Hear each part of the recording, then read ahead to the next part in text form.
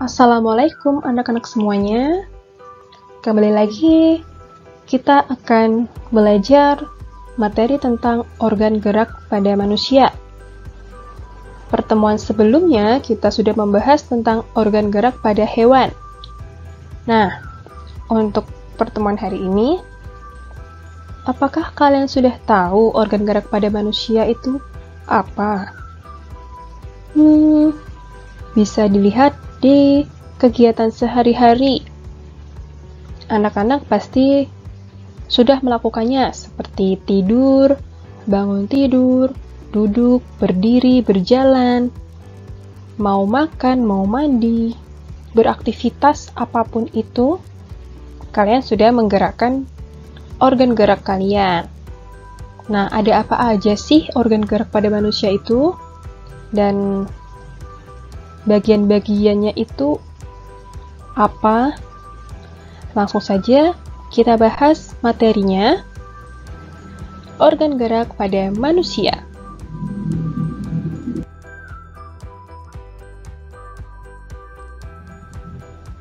Jadi, yang pertama akan kita bahas yaitu alat gerak manusia. Nah, alat gerak manusia ini dibedakan menjadi dua, yaitu ada tulang dan otot. Di mana tulang itu merupakan alat gerak pasif dan otot merupakan alat gerak aktif. Mengapa demikian? Karena tulang tidak bisa bergerak secara sendiri. Tulang itu digerakkan oleh otot, sehingga tulang disebut alat gerak pasif dan otot disebut alat gerak aktif. Oke, dari alat gerak manusia tadi akan kita bahas satu persatu. Yang pertama yaitu rangka manusia. Berikut gambarnya. Jadi, rangka manusia ini terdapat bagian-bagiannya lagi. Yang pertama yaitu ada rangka kepala. Selanjutnya terdapat rangka badan. Selanjutnya ada lagi rangka anggota gerak atas atau tangan. Dan ada rangka anggota gerak bawah atau kaki. Mudah dipahami bukan? Ada rangka kepala, badan, tangan, dan kaki. Tangan itu anggota gerak atas dan kaki anggota gerak bawah.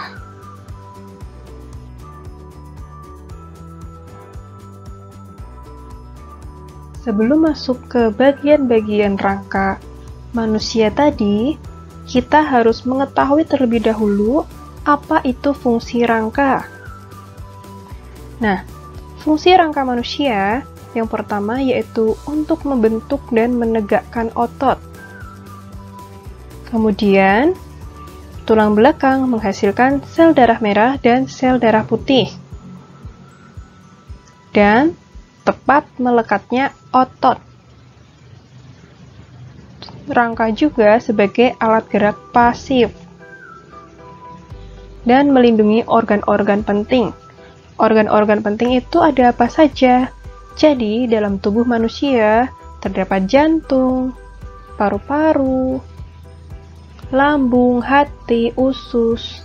Nah, itu semua dilindungi oleh tulang atau rangka.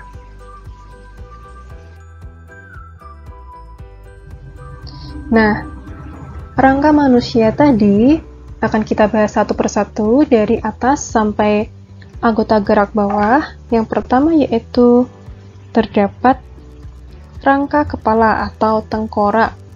Nah, jadi ini merupakan rangka kepala atau biasa disebut tengkorak. Pada depan di sini, ini terdapat tulang dahi. Kemudian di agak bawah samping di sini merupakan tulang baji. Kemudian ini merupakan tulang air mata. Kemudian terdapat tulang hidung, tulang pipi di sini. Terdapat tulang rahang atas, tulang lidah, tulang rahang bawah, Dan selanjutnya pada bagian atas sendiri di sini terdapat tulang ubun-ubun. Nah, di samping di dekat dengan tulang baji itu terdapat tulang pelipis. Dan yang bagian belakang di sini tulang tengkorak, tulang belakang kepala. Bisa dicermati bagian-bagiannya. Jangan sampai kebalik ya. Jadi kalau kebalik nanti salah jadinya. Dicermatin dari tulang dahi, tulang baji, sampai tulang rahang bawah.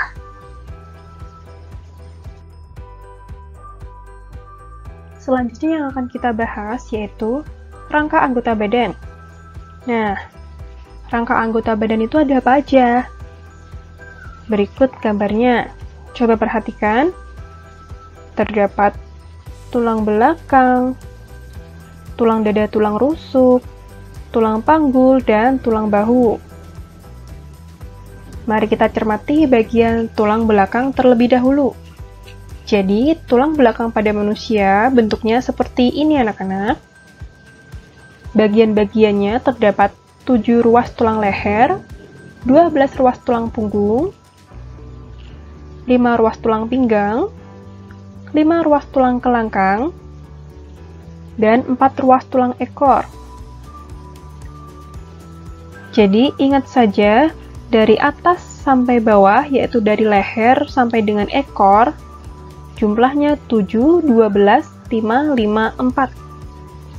Jangan sampai kebalik atau salah ya. Mudah dipahami?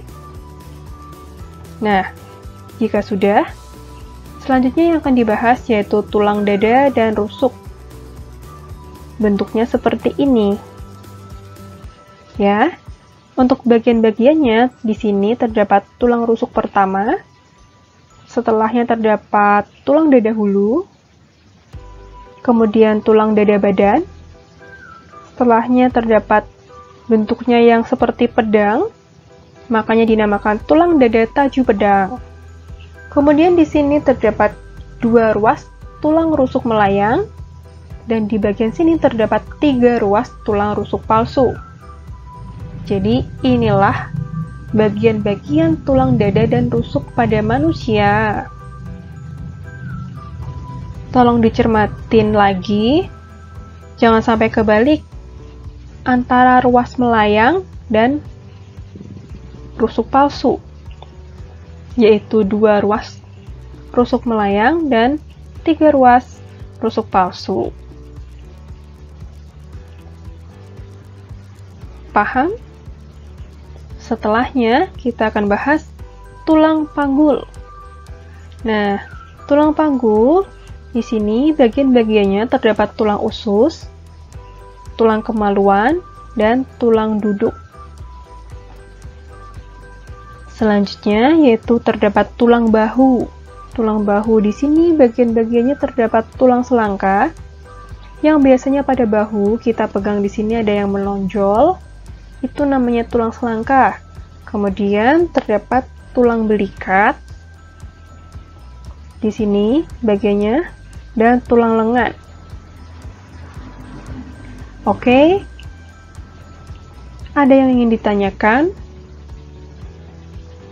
Bisa dicermatin lagi, dicatat jumlah-jumlahnya, bagian-bagiannya, jangan sampai terbalik dan salah ya. Lanjut.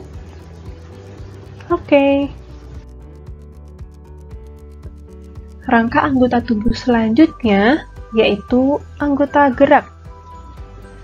Anggota gerak pada manusia tadi sudah disebutkan, yaitu terdapat anggota gerak atas dan anggota gerak bawah. Berikut gambarnya. Oke, nah pertama-tama Ibu akan membahas rangka anggota gerak atas atau tangan. Jadi bagian-bagiannya itu terdapat tulang lengan atas di sini. Selanjutnya terdapat tulang pengumpil dan tulang hasta. Kemudian setelahnya terdapat tulang pergelangan tangan. Dan ada lagi tulang jari tangan. Mudah dipahami bukan? Selanjutnya kita bahas rangka anggota gerak bawah atau kaki. Bagian-bagiannya terdapat tulang paha. Setelah tulang paha terdapat tulang tempurung lutut. Nah, selanjutnya di bawahnya di sini ada tulang betis yang ini ya, yang kecil, tulang betis. Dan yang sini yang agak gede itu namanya tulang kering. Kemudian bawahnya lagi terdapat tulang pergelangan kaki. Ini ya. Selanjutnya terdapat jari-jari kaki, tulang jari kaki, dan tulang telapak kaki. Jadi inilah bagian-bagian dari rangka anggota gerak. Ada rangka anggota gerak atas dan bawah. Minta tolong dicermatin bagian-bagiannya agar tidak terbalik, karena kalau terbalik nanti salah ya anak-anak.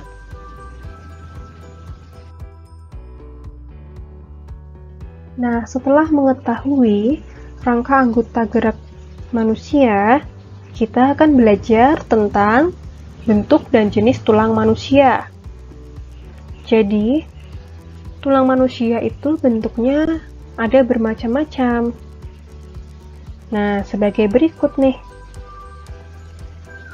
Terdapat 4 macam. Yang pertama terdapat tulang pipa, kemudian ada tulang pipih, tulang pendek, dan tulang tak beraturan. Apa sih itu? Yang pertama akan bahas yaitu tulang pipa. Mengapa disebut pipa? Karena tulang pipa ini tulangnya berbentuk seperti pipa.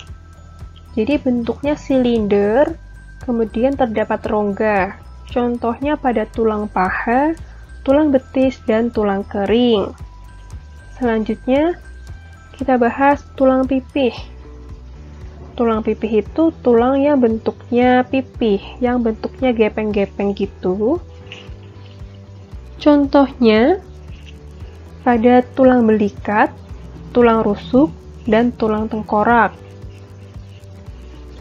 Selanjutnya terdapat tulang pendek. Tulang pendek itu tulangnya berukuran pendek, seperti pada tulang pergelangan tangan dan telapak tangan. Dan yang terakhir terdapat tulang tak beraturan. Tulang ini bentuknya tidak beraturan, jadi tidak bisa disebut tulang pipa, pipih, atau pendek. Contohnya pada tulang rahang dan ruas-ruas tulang belakang.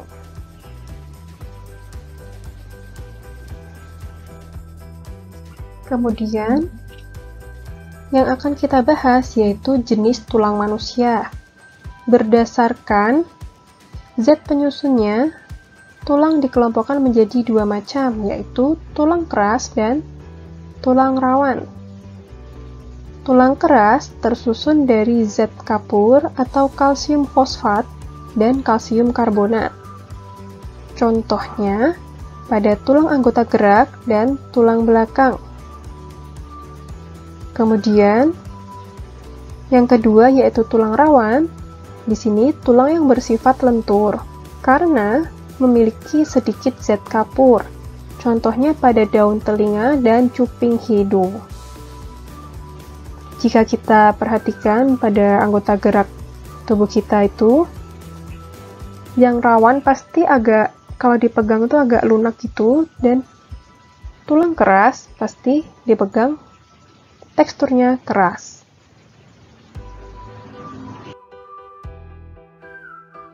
Selanjutnya yang akan kita bahas yaitu sendi.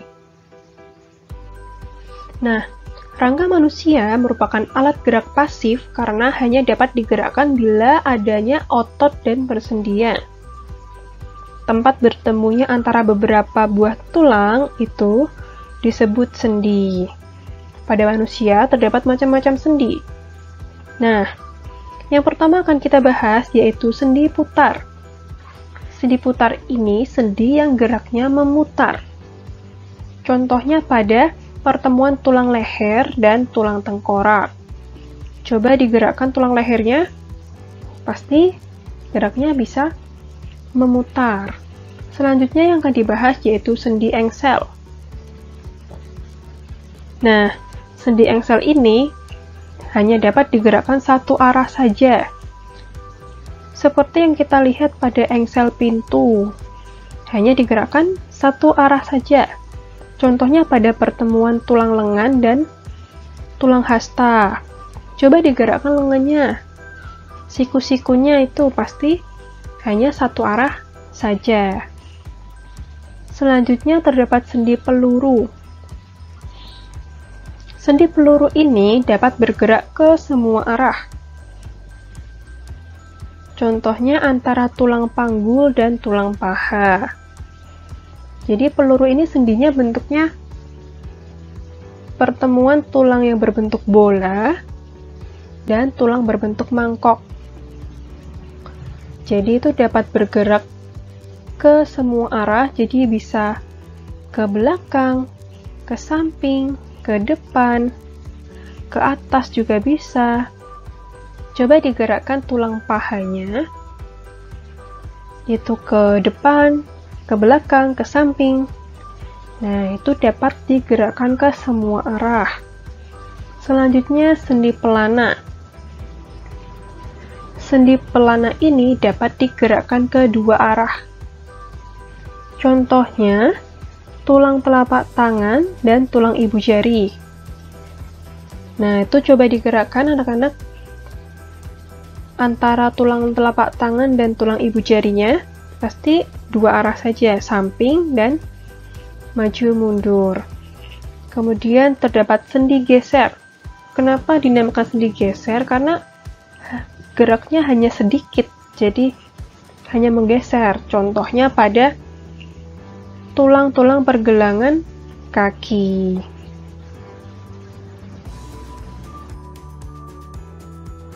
Oke, setelah mempelajari bagian dari rangka manusia, yaitu sebagai alat gerak pasif, saat ini akan belajar alat gerak aktif, yaitu otot.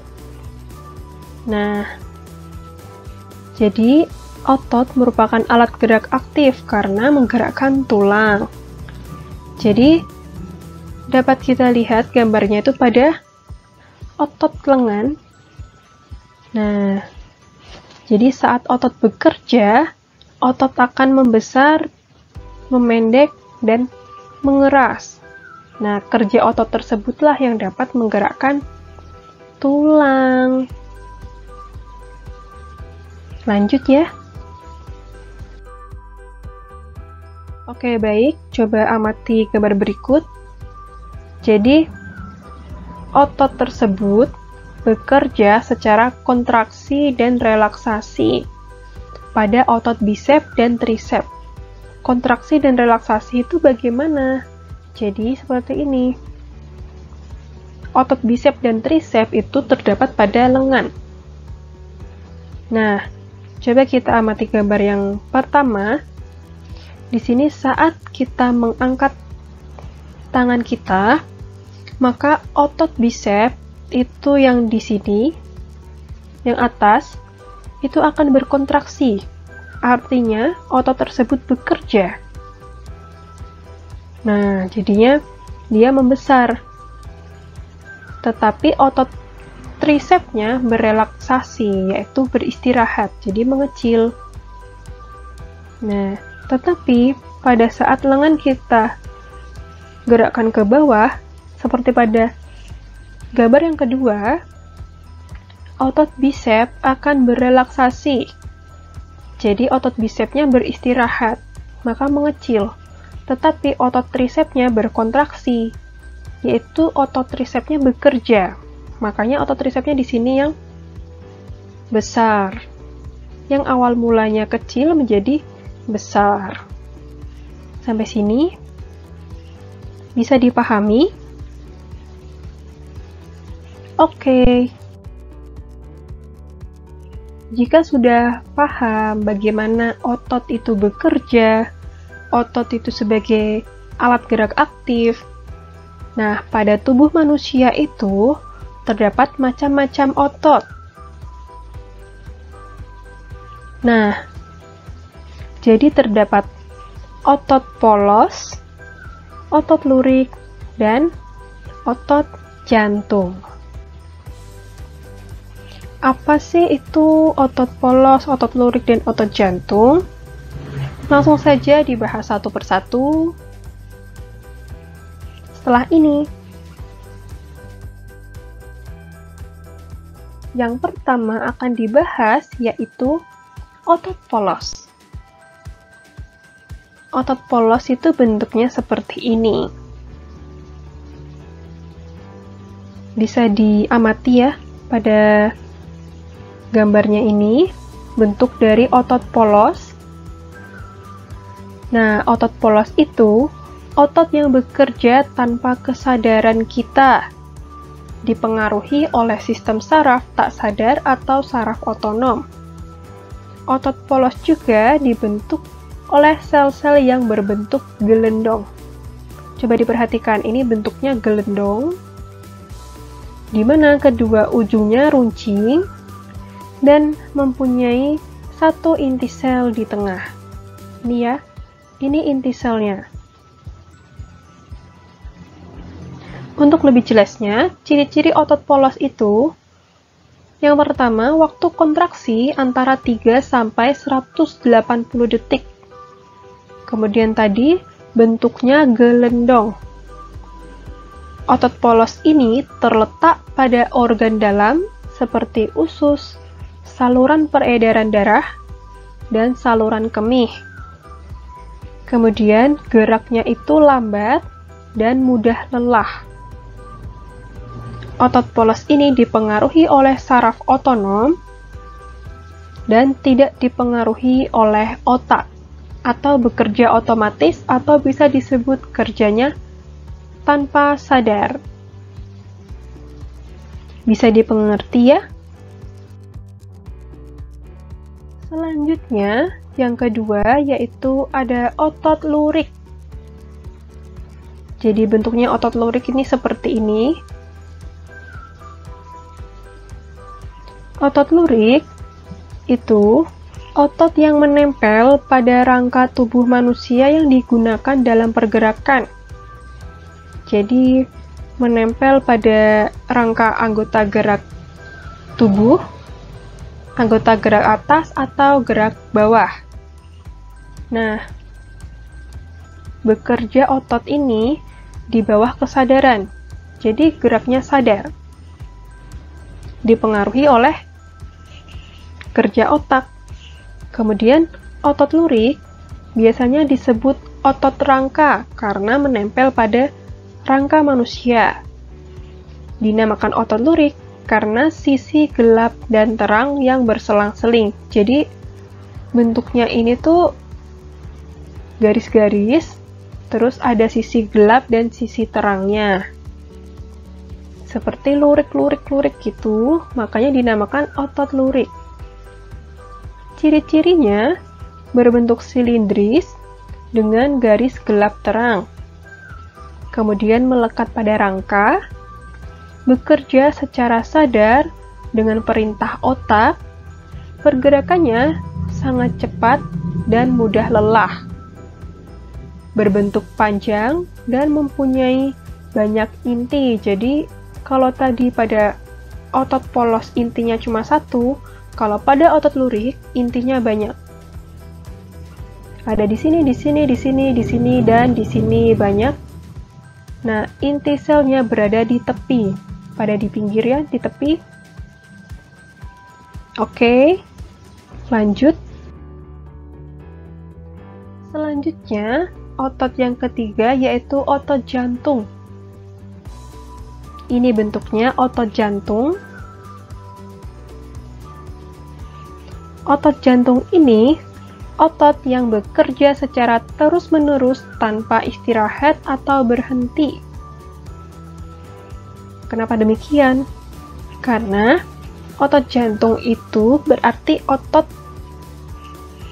jantung, karena jantung ini kan tugasnya memompa darah ke seluruh tubuh. Maka jika otot jantung ini sudah berhenti, maka manusia akan meninggal karena tidak ada yang memompa darah ke seluruh tubuh. Makanya otot ini bekerja secara terus-menerus tanpa istirahat. Nah, bekerjanya ini di bawah kesadaran manusia. Kemudian, saraf yang mempengaruhi otot jantung adalah saraf simpatik dan parasimpatik. Untuk ciri-ciri otot jantung, yang pertama berbentuk silindris, memiliki percabangan, terletak pada jantung, memiliki satu inti sel yang berada di tengah. Jika diamatin pada gambarnya, inti selnya satu di tengah. Kemudian bekerja tanpa kesadaran manusia dan bekerja secara terus-menerus dan tidak membutuhkan istirahat. Oke, cukup sampai di sini materi yang Ibu sampaikan. Jika ada yang ditanyakan, bisa menghubungi Ibu atau komen saja pada video ini. Jangan lupa untuk belajar materi selanjutnya dan pelajari lagi materi yang sudah disampaikan agar ilmunya dapat menyerap dengan baik dan anak-anak semua dapat paham. Oke, terima kasih. Sampai bertemu di pembelajaran selanjutnya. Wassalamualaikum warahmatullahi wabarakatuh.